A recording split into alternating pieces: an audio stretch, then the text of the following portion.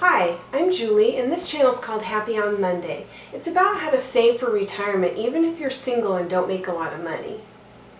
In my first video, I explained how I found myself 50 and suddenly single, living on a teacher's salary with hardly any money saved for retirement. In this video, I'm going to share the steps I took to start saving more for retirement, since I was in a bad place financially and wanted to retire as soon as possible. Last year, I saw my second financial advisor. I mentioned the first one I saw in my first video. This guy was also nice and had lots of good advice, but because I don't have a very big nest egg, I got the impression he wasn't dying for my business. He suggested his hourly service instead of ongoing, but didn't seem very interested, and he never followed up with me. I do think at some point I might want to find a financial advisor, but it's scary. It's my money, my nest egg. Nobody's going to care more about my money than I do.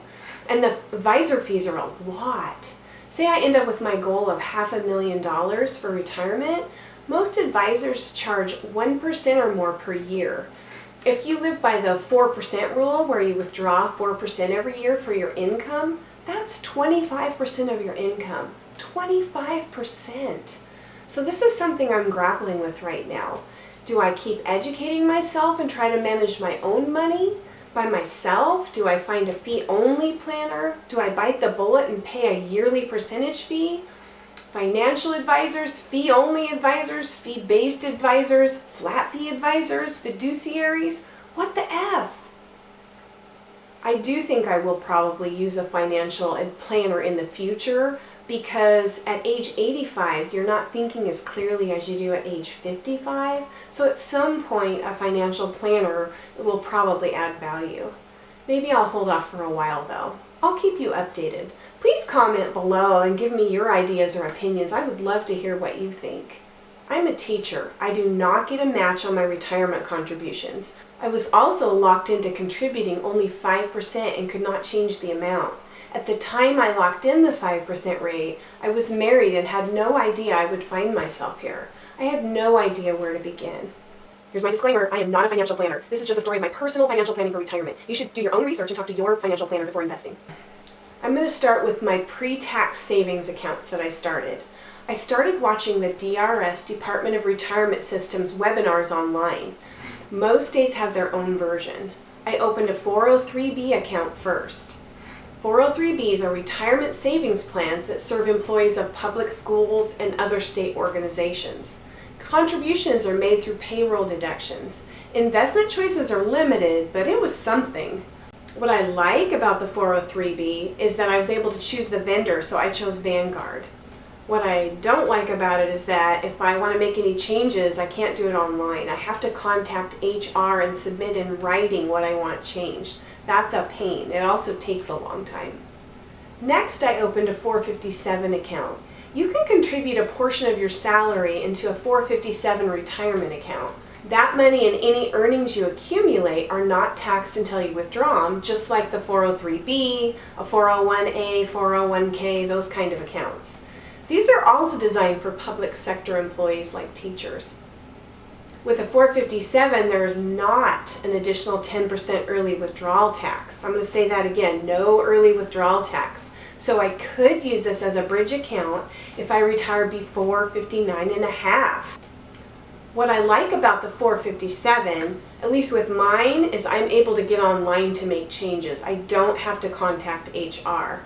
I also like that I can take the money out before 59 and a half if I want to.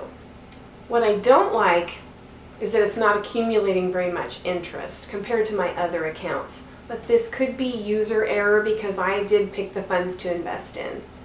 But now I was at least able to contribute more pre-tax dollars, putting me in a lower tax bracket. I know some of you are thinking, but Julie, you'll just have to pay taxes on that money later, and income taxes are going to increase in the future.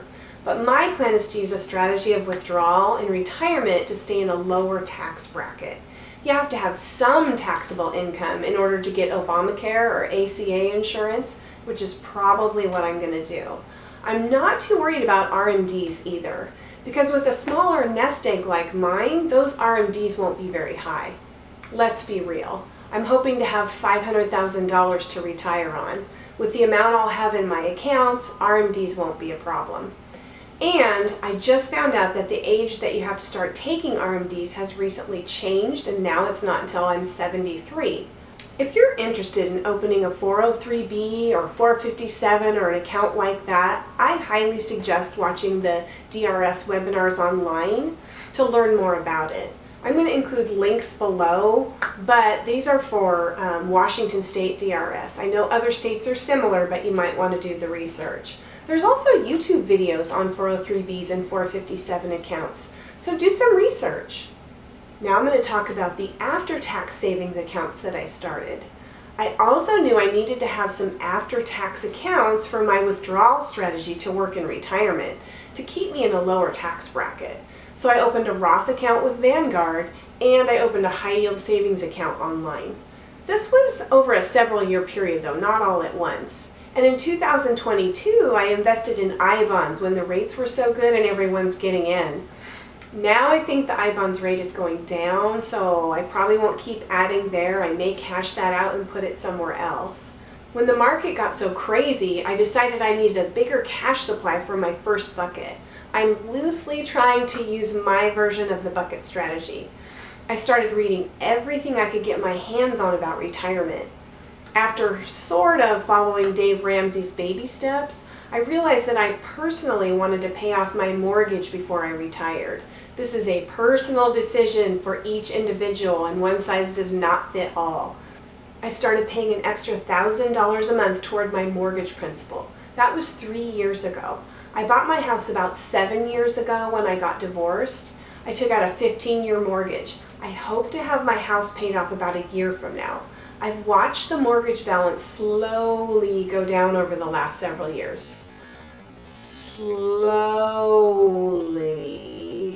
It takes a long time and a lot of patience and determination for sure. I'll keep you updated. One thing worth noting, teachers are underpaid. We're not in this job for the money. In order for me to contribute catch-up money in my retirement accounts and pay down my mortgage, I had to cut way back on expenses. I kept looking at my budget and cutting things out. I wanted to live below my means in order to retire early. This is something I personally was willing to do so I could retire as early as possible. I binged all the shows out there on minimalism and frugal living. I joined Facebook groups about this. It hasn't been easy, but for me it's worth it. I will talk more in depth about this in my next video. If you made it all the way to the end, thank you so much. If you found this helpful or even slightly interesting, please like and subscribe. I'm going to leave you with a quote. The first step to getting the things you want out of life is this: decide what you want. Hope to see you again soon.